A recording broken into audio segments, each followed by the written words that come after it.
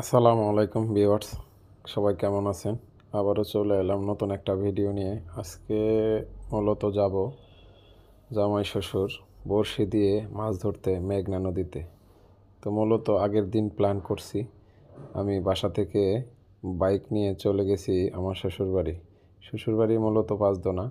পাঁচদোনা থেকে যাইতে হবে প্রথমে মাধবদী স্ট্যান্ড। এরপর মাধবদী স্ট্যান্ড গেলাম, এখানে আপনার 20 টাকা ভাড়া নেবে। মাধবদী থেকে আপনার হালকা কিছু খাওয়া দাওয়া করলাম। খুব ভোর সকালবেলা যাব 6টার দিকে, কিন্তু এই সেই করতে করতে আমাদের সময় একটু লেট হয়ে গেছে।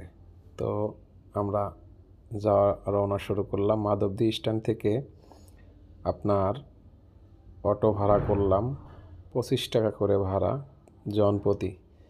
তো আমরা যাচ্ছি, দেখেন সকালবেলা কি সুন্দর মনোরম পরিবেশে। আসলে এরকম অভিজ্ঞতা আগেও ছিল আমার, কিন্তু জামাই শ্বশুর একসাথে মাছ ধরার, আসলে মাছ ধরা কি মজাই অন্যরকম। শুনলেই কেমন লাগে, অনেক আনন্দ লাগে যে জামাই শ্বশুর একসাথে মাছ ধরতে যাচ্ছি। যদিও আমার শ্বশুর অনেক বয়স হয়ে গেছে, প্রায় 70-র উপরে বয়স, তবুও তার বয়স হলেও মনের যে একটা অন্যরকম একটা আনন্দ আছে, সেই জিনিসটাই আসলে মূলত এখানে প্রকাশ করার জন্য আপনাদেরকে এই ভিডিও করা।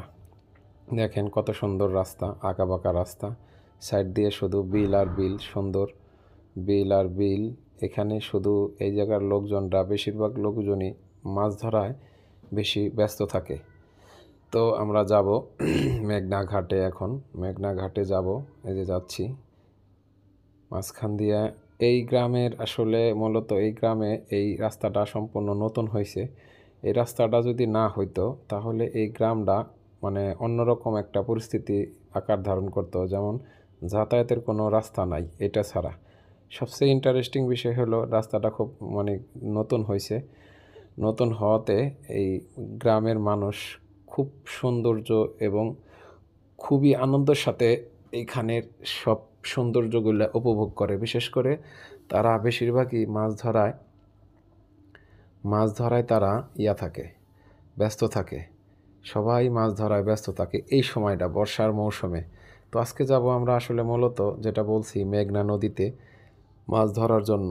পুঁটি মাছ, সরপুঁটি, এই সরপুঁটি বলতে পদ্মার যে পুঁটিগুলো, এই পুঁটিগুলো ধরার জন্য।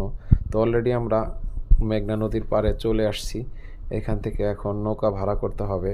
নৌকা ভাড়া আপনারা জানবেন, নৌকা ভাড়া মূলত 250 থেকে 300 টাকা ফুল দিনের জন্য, একদম 6টা পর্যন্ত। এখানেই আছে ওই চাইনিজ জাল দিয়ে মাছও ধরে। ওই যে দেখেন, আমি দেখতে পাচ্ছেন চাইনিজ জাল ফেলে রাখছে এটা। এই যে আমরা অলরেডি চলে আসছি। এই যে এখন মাছ দেখাবো, একদম তরতাজা মাছ। দেখেন পদ্মা নদীর মাছ। এই যে তো এখন নৌকা ভাড়া করতে হবে। অলরেডি নৌকা ভাড়া করা শেষ। এই যে আমার শ্বশুর আর সাথে আর একটা ছেলে আছে। তো আমরা সারাদিনের জন্য নৌকা ভাড়া করছি, আমরা চলে যাব। ওই যে দেখেন আরও অনেক লোক আছে, চলে যাব মাছ ধরার উদ্দেশ্যে। তো অলরেডি চলে আসছি আমরা মাছ ধরার। আমরা যে জায়গায় আমরা বড়শি ফালাইব, ওই জায়গাটা সুন্দর করে আমরা বানায় নিতেছি মূলত। দেখেন, তো এখন শুরু হবে মাছ ধরা। এই দেখেন শুধু পানি আর পানি। এটা মূলত মেঘনা নদী। মেঘনা নদী, আমি নৌকায় বসে বসেই মাছ ধরা একটু বাদ দিয়ে নৌকায় বসে বসে আমি একটু ভিডিও করছি, দেখেন।